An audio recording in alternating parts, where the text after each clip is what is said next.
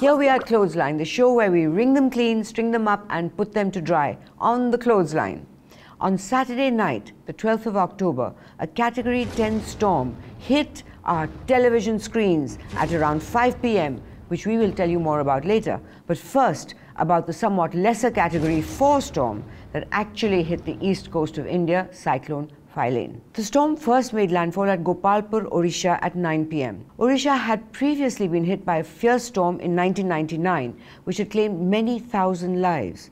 We aren't too sure about the exact number, but luckily Hindustan Times, in their Mumbai edition on October 13th, decided to print the number of people that died in the 1999 storm in Odisha.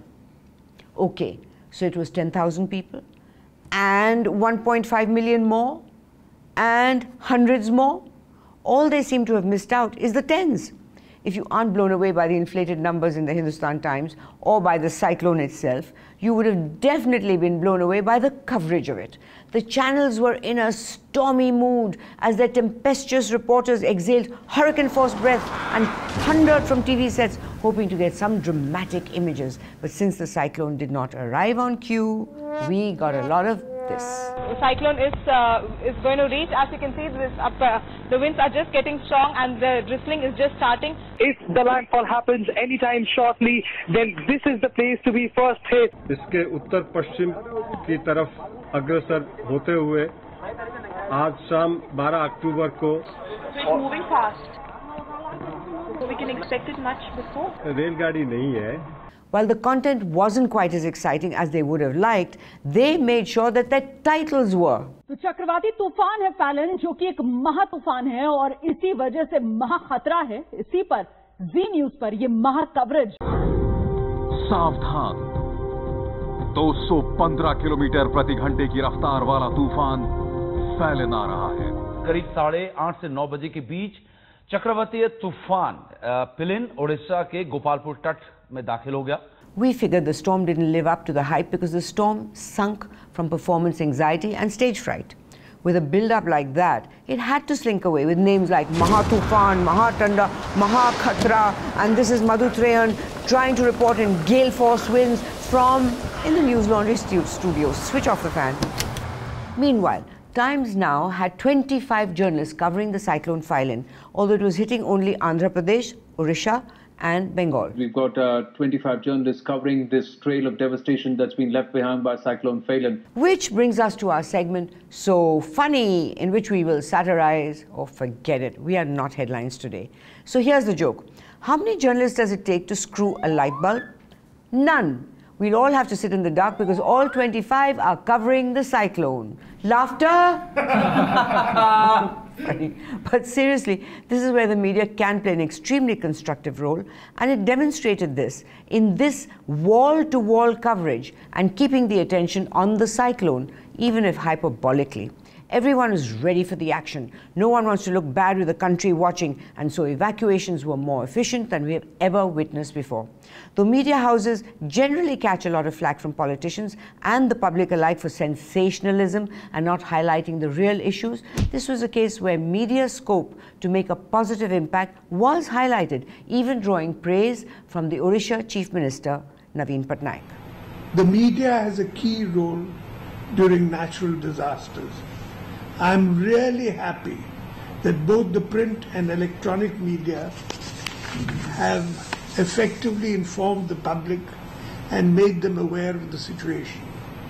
I thank all my friends in the media for this. Sikho Kuch UPA, we know all the cases of you always trashing the media for victimizing you. Such whiners. But one person who wasn't whining, in spite of being in a rather wind-blown situation, was Aanchal Vora of NDTV. Aanchal Vora, reporting from Ground Zero in Odisha, had her Barkha moment. But will it make it to an NDTV promo? Madhu, it already has. What you heard right behind you were the sound of Bofors guns directly targeting the top of Tiger Hills. Quite a number of modes around here.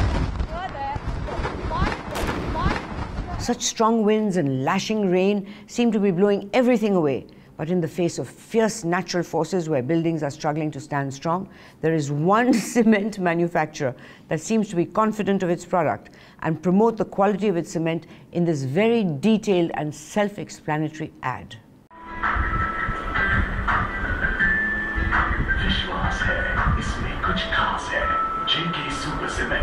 Okay, we'll explain this ad to you. Just in case your building is made of JK cement and is blown away by a powerful cyclone, although it is very unlikely because JK cement is strong cement, you have at your disposal a beautiful lifeguard dressed in a Baywatch-esque swimsuit who is ready to rescue you. But in all seriousness, what is the point of that ad? The ad is utterly bizarre. It is almost as bizarre as NDTV's style of questioning during cyclones, which is quite questionable in itself. Just look at this. We are at the Emergency Relief Center in Palasa. Let's ask some of the people why have they come here. Why have you come here? Because this is a shelter and their homes are probably blown away, or because this is a shelter and the purpose of a shelter is to give shelter to people who need it when there's a cyclone outside. Our question to the reporter: why are you there? The options are A, to play Antakshari because I was getting lonely on the beach. B, the sun's really bright out and I needed some indoor shots. C, to ask dumb questions to people who've come to take shelter in a shelter. And we wonder, where do these reporters get their questions from? Are they taught in journalism school? At least you'd think they would learn a thing or two from their superiors. Back in Srinagar's base hospital in the ICU ward, 6 soldiers are still battling gunshot wounds. जोर से गोलाबारी आई? हाँ, इतनी जोर से तो आई कि मैं यहाँ पहुँच गया। गोली लगी है आपको, आप वापस लड़ाई में जाएंगे? आपके सवालों से बचने के लिए तो मैं कहीं भी जाऊंगा। बहुत से लोग जानना चाहेंगे कि भाई आप लोग हिम्मत इतनी कैसे रखते हैं? आपके सवाल के जवाब देने के लिए इतनी हिम्मत और पेशेंस की जरूरत होती है। सब जानते हैं कि आपको गनशॉट वुंड है, अभी आप बेटर फील कर रहे हैं? कर रहा था, लेकिन आप आ गए तो आगे की कोई गारंटी नहीं है। इतना कुछ हो गया लेकिन आप फिर भी इतनी आराम से बात कर रहे हैं और आप कह रहे हैं कि आप बिल्कुल ठीक है। लेकिन आपने ऐसे सवाल पूछे तो आगे की कोई गारंटी नहीं है। बरखा, बरखा, stop, stop. So the soldiers, after braving bullets, had to brave Barkha's questions. From Kiran, or was it Kiran's sector? That was the subject of a skirmish miles from the line of control on, guess where? Twitter. There was a war on Twitter between Barkha Dutt of NDTV and Rahul Pandita of Open Magazine. For those who came in late, there's history between Open Magazine and NDTV. It's Open who broke the story and the conversations of the famous Radia tapes. This battle, however, was regarding the alleged infiltration by militants from across the border from Pakistan. Barkha claimed that she was reporting from Ground Zero in Kiran sector. Coming to you live from Ground Zero in the Kiran sector, in the Kiran sector, in the Kiran sector, in the Kiran sector, in the Kiran sector. Rahul Pandita said she wasn't. Barkha said she was. Pandita also claimed that Barkha was reporting from Srinagar, when in fact Barkha was reporting from Zirhama village, which is in Kiran sector.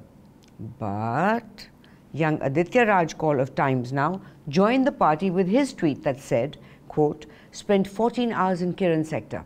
Didn't see any other TV crew even in 20 kilometers radius. There is only one narrow road to Kiran, can't miss a car, close quote. Basically, the point of contention was whether Barkha was reporting from Kiran sector or not. We're trying to separate sense from sensationalism. Just kidding. What do you think we are, CNN, IBN? But we did find out what a sector is. In army parlance, a sector is an area of responsibility under usually a brigade. A sector could be spread across 50 kilometers or even 150 kilometers and could have subsectors. So it's a general area which could be kind of vague for bloody civilians. Basically, Barkha was in Kiran sector. Coming to you live from Ground Zero, from Ground Zero, from Ground Zero. However, to claim that you're in Ground Zero is unrealistic because, come on, it's not like you would have been allowed where the firing was taking place. So what's the need to say it? Ground Zero is not a vague term. When you say Ground Zero, it refers to an exact location, the center of origin of rapid, intense, or violent activity or change. When you refer to the Parliament attack, Ground Zero was the Parliament, not Parliament Street or Parliament Annex or Sansad Street. If we talk about the attack on the Twin Towers, for example, Ground Zero was the Twin Towers, not Manhattan, not Brooklyn. But then you know how journalism is. You can use sufficiently vague words, which we never do, albeit our observations lead us to believe that that is, that is not, is not. Is that it? It is. What is? That, tatvam asti, thou art that. From something that is to something that was. Good. Harinder Baweja's piece on the Kiran battle in the Hindustan Times was one of the most comprehensive reports we read. Not only did a report clearly narrate events, but it also managed to raise some important questions that the army needed to be asked, which television for some reason was uneasy about and seems to shy away from because you don't question the military, lest you have to face Arnab's wrath. Do you believe that the Indian army is fighting an imaginary phantom for the last 15 years? 15 days, Mr. Colonel Wasiu Ali Muhammad. What will it take you? How many more Pakistanis will you get killed on Indian soil before you realize that this whole strategy that you have followed is not going to take you anywhere? The advantage of print media is that there is time for the reporter to take in all the information and assemble it with the benefit of hindsight in greater detail, even if you're not in Kiran's sector. But there is someone who doesn't take too kindly to things that are printed. Ever since Rahul's tear up and throw away meltdown, he has actually managed to wrest some media attention away from Modi. And since his belligerent antics created such a hype, Rahul has decided to go all out with the wackiness. And this week, he managed it with this. Dalit community को इस धरती पे Jupiter की escape velocity की ज़रूरत होती है. In case any of our Dalit audiences are watching, the escape velocity of Jupiter is 59.5 kilometers per second. Oh, Rahul. It doesn't take rocket science to see what's wrong with the country. But I guess in your case it does. Clearly your thinking is out of this world. In a plutocracy, or should I say plutocracy, where the sun shines out of the little dipper's ass, aspirations. And if you are the center of the Congress universe, anything you say will be cosmic gyan. Rahul, go back, have some cookies in Milky Way. The secret of Rahul's energy. Houston, you think you have a problem? And Rahul's science lesson tied up poor Sunetra in knots. She started off her show positively enough, but when faced with this sciencey lingo, was left wishing she could attain escape velocity. Watch. Good evening. It was supposed to be a speech today to inaugurate a conference on Dalits, and Rahul Gandhi comes in and peppers it with terms from physics, using the phrase using the phrase of velocity. Sunetra, let me help you out. It's escape velocity. Escape velocity is the minimum velocity that an object needs to escape the gravity of a planet or a moon and leave it without further propulsion.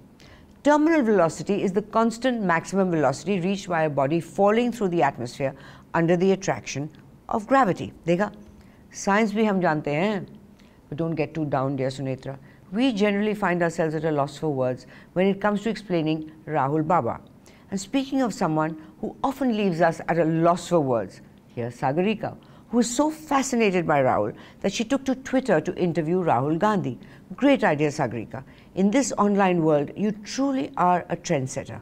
Except it might not work, because the problem with interviewing people on Twitter is that they need to be on Twitter too. And Rahul isn't. But Sagarika proceeds, despite knowing full well that Rahul doesn't have a Twitter handle. And before you say something, no, we haven't been hoodwinked by the unreal times. This is Sagarika's unreal world. Dear Sagarika, let us clarify this for you. What you are doing is called a monologue, not an interview.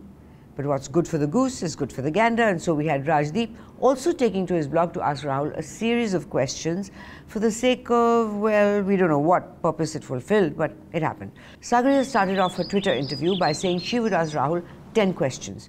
And she did ask 10 questions to Rahul. And then she also asked an 11th question because Sagarika has reached the escape velocity to break free of ordinary things like limitations of counting and arithmetic. And for this, we have only 3 things to say. Sagarika, learn to count. Moving on, it's clear that Rahul's forte is definitely not science, and Modi's followers' forte is definitely not music or lyrics or grammar.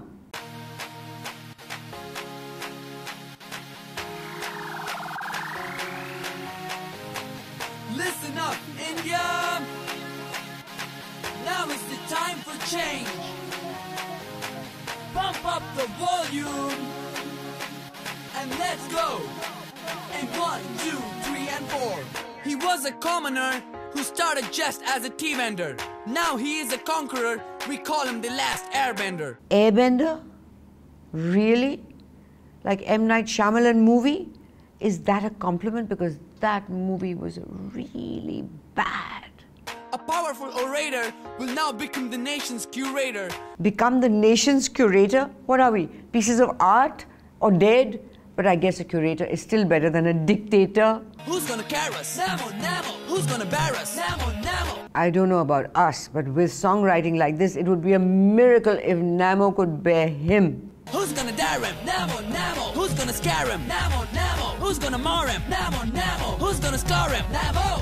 Dare him, scare him, mar him, scar him. Why would you say that if you're on Modi's side? Now, we like rhyming as much as the next person. But what on earth are you talking about? What exactly is that supposed to be a reference to? Songwriting isn't your forte, and clearly PR isn't either. Voice of India. Namo, Namo. Choice of India. Namo, Namo. Wait. Cheating kar liya. You've used an image from the Lokpal movement. Oof.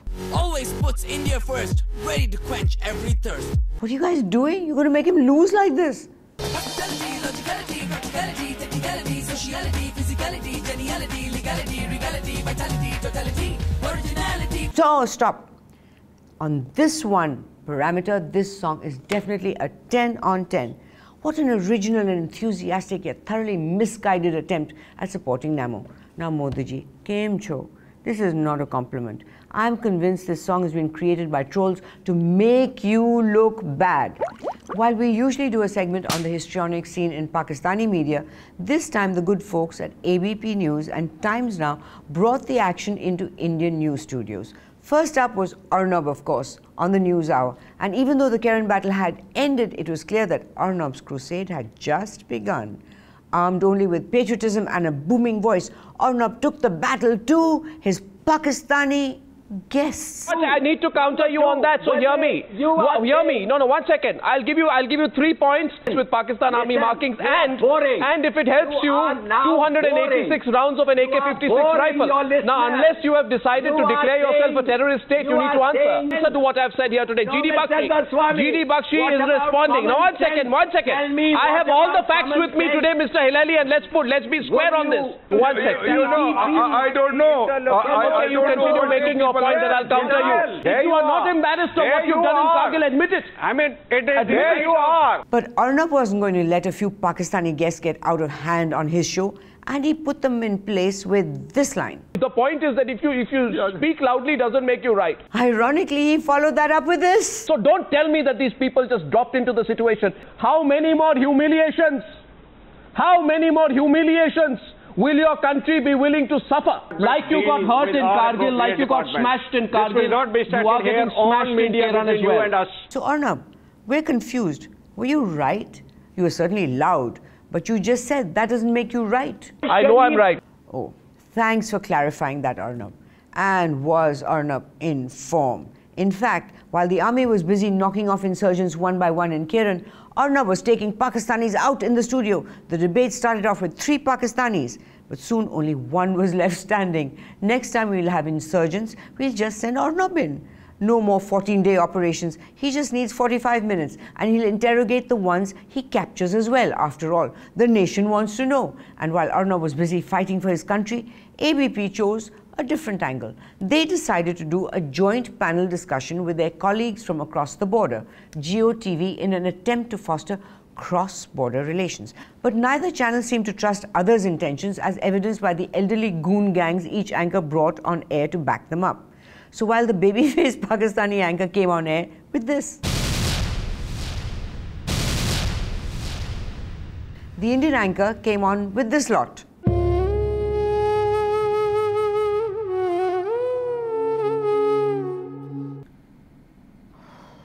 इतना सन्नाटा क्यों है भाई? Karen notwithstanding, this is one battle the Indian side would lose if it came to blows. And Jio TV used ABP's naive efforts at furthering Indo-Pak bonhomie to their benefit, rolling for a whole 3 extra minutes, which they used to malign the Indian counterparts at ABP. ABP where you ended the show. Hello, thank you, bye-bye. GeoTV ran the show for an extra 3 minutes, using that time to trash you. ये भागे क्यों इनको लाए ना? कि भागे इसलिए कि जो हमने और सारे प्रोग्राम छोड़े हैं आपके प्रोग्राम। मैं बताता हूँ क्यों भागे। 2 प्रोग्राम छोड़े हैं। क्यों छोड़े? ये लाइव प्रोग्राम था, कल तो वो रिकॉर्डेड था, कट कर लिया उन्होंने। आज लाइव है तो अपने लोगों को सुनाना नहीं चाहते। ABP News, हो गई गुडविल। देखो, this is what your counterparts think of you. But accusations and counter-accusations flew in Parliament as well. This is what happened in the Rajya Sabha, where Mr. Mishra said this about Rajiv Shukla. I don't agree on everything with Rajiv Shukla ji said, because he said this is a debate where only lawyers are likely to speak. I am speaking. He forgot that what is his past. He belongs to a category which is above all, and that is he belongs to the media. Now that we will not tolerate. This is where we draw the line. Don't thrust him on us. He is one of you, and no matter how much media satirizing we may do every week, we will stand up for our fraternity when it matters, and therefore we refuse to accept Rajiv Shukla or take any responsibility for him. He's an MP first and last, and one of the roundest planets in Rahul's solar system. But a reporter? No. Rajiv Shukla is not one of us. And not only media conduct trials also. Not only this, they... Here's why the speaker was so enthusiastic in his agreement in mocking the media. And we have someone else who plays judge, jury and executioner. Patak. Why has your method changed? You were apart from the political system. You were different. You see, Arvind Kejriwal, I can argue back and say that you are, it's your first election. You should not build up unrealistic expectations. आप movement क्यों नहीं करते? You are breaking the opposition vote, and that's what makes you useful. I remember an Arvind Kejriwal, and there is an Arvind Kejriwal I knew in 2011, and the Arvind Kejriwal sitting in front of me today. That Arvind Kejriwal says, never will I join politics. This Arvind Kejriwal is deep into politics. You are helping Sheila Dikshit. There is no, it's basic mathematical logic. You write in your manifesto and you say in your public meetings people's consent. Now what you're telling me is people's participation. I personally think, Mr. Kejriwal, there's a world of difference between the two. You cannot do things just to be populist. With Judge Arnab in full flow, it's no wonder that Arvind Kejriwal spends so much of his time pleading to be allowed to speak. But let me speak. But that's what you did. But let me speak. Didn't you do that? But let me speak. No, but did you do that? But let me speak. No, but can I answer your question? Or did you or did you not do that? Can I answer your question? No, but answer this specific counter. Did you or did you not do the same internal inquiry? Do I have a right to be heard in the court of Justice Arnab Goswami? Answer the question. Can I speak? Ek minute, let me just complete. Let me just complete. Ek minute. How many let me complete. How many? Allow me to. You are not allowing me to speak. How can I speak? Yes. Can I clarify? You are not allowing me to speak. Are you saying the basis of allowing people? Can I complete what I'm? Can I complete? Please allow me to speak. Please allow me to Kejriwal, please allow me to speak. This is my interview. No, this is not your interview. Mr. Kejriwal, you're making tall and false promises to the people. But let me speak. And before we go to all our friends who say we give it too hard, we mean well. But there are others who take no prisoners. Watch this. It's the immigrant bashing, woman hating, Muslim smearing, NHS undermining, gay baiting Daily Mail and the That is what happens when the gloves come off. Ours are very much still on. That's a wrap for the week. If you have any moments from journalism that made you go, oh wow, or oh crap, write into us or tweet to us. We are the change. You are the change, for better or worse. Never do nothing. Stay connected. Stay online.